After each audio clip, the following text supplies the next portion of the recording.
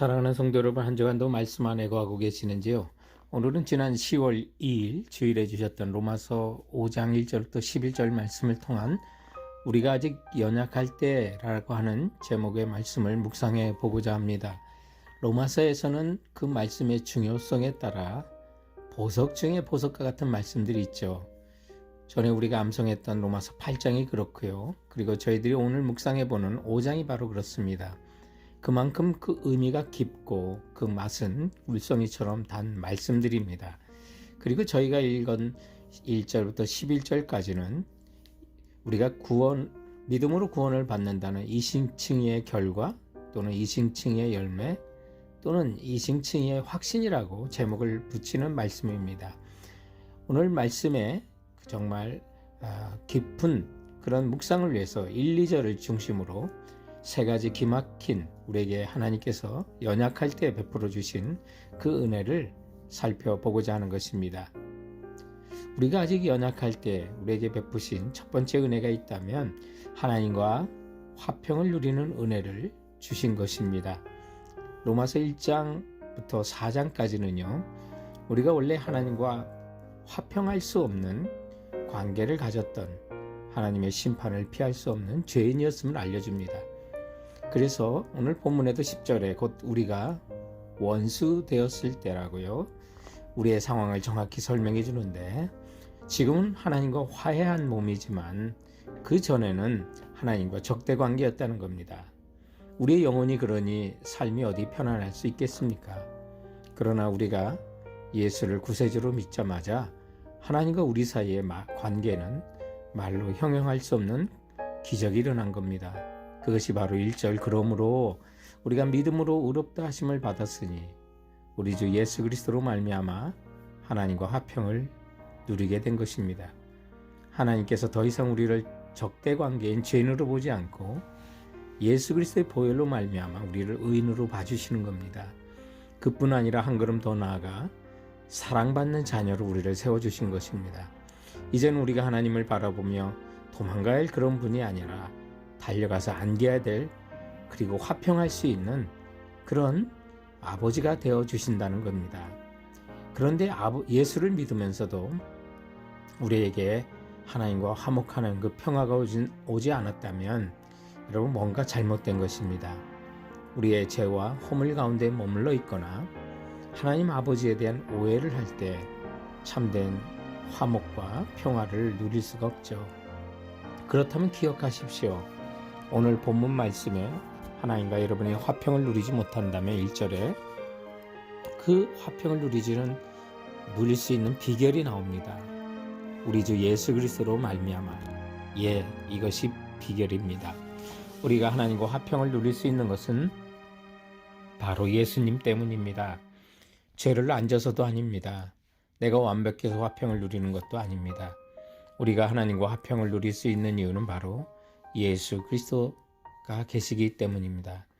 바로 저희들의 1절 앞인 로마서 4장 25절의 이 사실을, 예수는 우리가 범죄한 것 때문에 내죽음이 되고 또한 우리를 의롭다 하시기 위하여 살아나셨느니라 라고 말씀하셨는데, 저희들의 짧은 본문 속에서도 이 사실이 6절과 8절과 또 10절에 그리스도께서 경건하지 않은 자를 위해서 죽으셨고 우리를 위해서 죽으셨고 그의 아들의 죽으심으로 말미암아 하나님과 화목하게 되었다고요.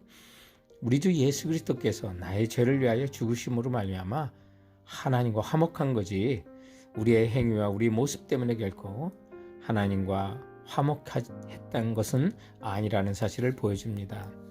그러므로 성도 여러분, 내 안에 죄책이 일어나거나 나의 불안점을 보고 괴로워 하나님과 화평을 누리지 못한다면 우리는 즉시 예수님을 바라봐야만 합니다.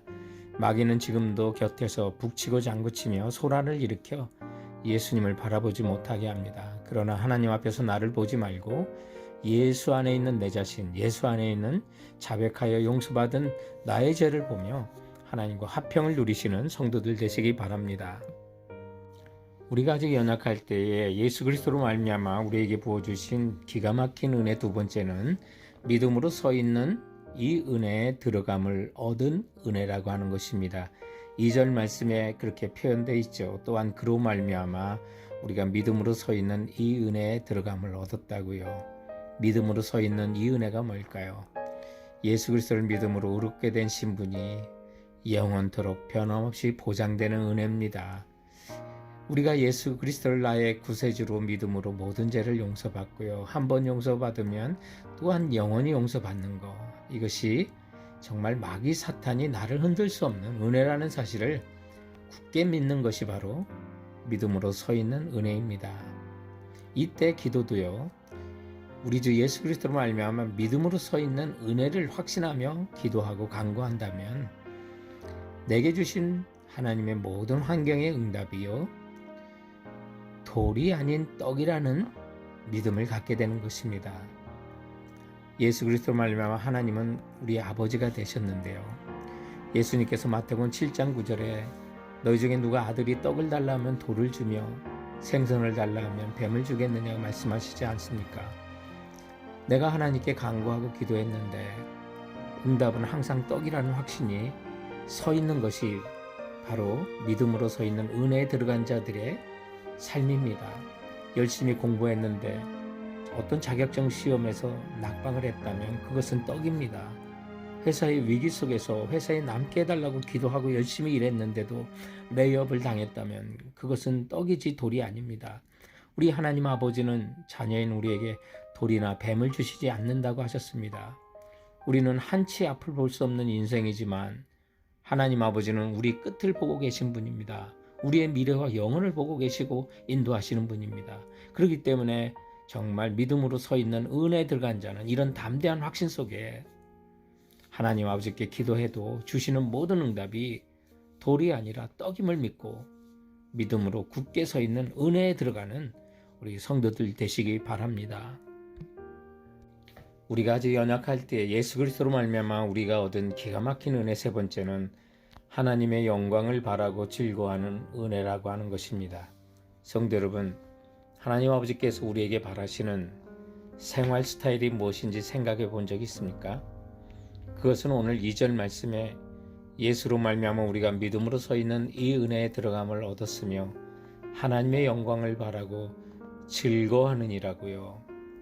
우리가 어떤 형편에 처하든지 항상 기뻐하고 즐겁게 사는 것을 원하고 계심을 알 수 있습니다. 로마서 3장 23절에 모든 사람이 죄를 범하였음에 하나님의 영광에 이르지 못한다고 했는데요. 우리 하나님과 화목하지 못하고 용서받지 못할 때는 하나님의 영광에 이를 수도 없었습니다. 하지만 우리가 예수 그리스도를 믿고 죄 용서받아 하나님의 자녀가 된 사람은 하나님의 영광을 바라보고 즐거워하는 것입니다. 그 영광은 지금도 부어주시고 앞으로 주님이 이 땅에 오시는 그날에는 영원히 또한 이루어주실 것을 믿으시기 바랍니다. 주님 오시는 그날에 우리는 주께서 부어주시는 완전한 영광 가운데 주님과 함께 영원히 즐거워할 것입니다. 그러나 오늘 지금 이 순간에도 그날을 바라보며 즐거워하지만 또한 5절 말씀에 보면 우리는 이 순간에도 즐거워할 수 있음을 보여줍니다. 무엇이요? 소망이 우리를 부끄럽게 하지 아니하면 우리에게 주신 성령으로 말미암아 하나님의 사랑이 우리 마음에 부은 바 됨이라고요. 성령이 우리 함께 하시고 하나님의 사랑이 우리 마음에 부어주시면 지금도 우리는 하나님의 영광에 참여하고 즐거워할 수 있는 것입니다. 그래서 예수 믿는 사람들의 대표적인 현상이 환난 중에도 기뻐하는 것입니다. 그래서 오늘 본문 3절에 보면 다만 이뿐 아니라 우리가 환난 중에도 즐거워하나니 성도 여러분, 이게 어찌 가능할 수 있습니까? 환난 중에 어떻게 기뻐할 수 있습니까? 그러나 그 환난은 성도들은 어떻게 우리를 인도하실지 우리 알기 때문입니다. 4절 말씀에 있는 것처럼 이는 환난은 인내를, 인내는 연단을, 연단은 소망을 이루는 줄을 성도들은 알기 때문입니다. 그래서 우리는 가난해도 슬퍼하지 않고요. 세상 일이 뜻대로 안 풀려도 원망하지 않습니다. 이와 같이 환난을 통해서 우리가 연단받으면 하나님의 영광을 더 가까이에서 경험적으로 볼 수 있기 때문에 그렇습니다. 이런 은혜가 있기에 성도들의 생활 스타일은 2절에 하나님의 영광을 바라고 즐거워하고요.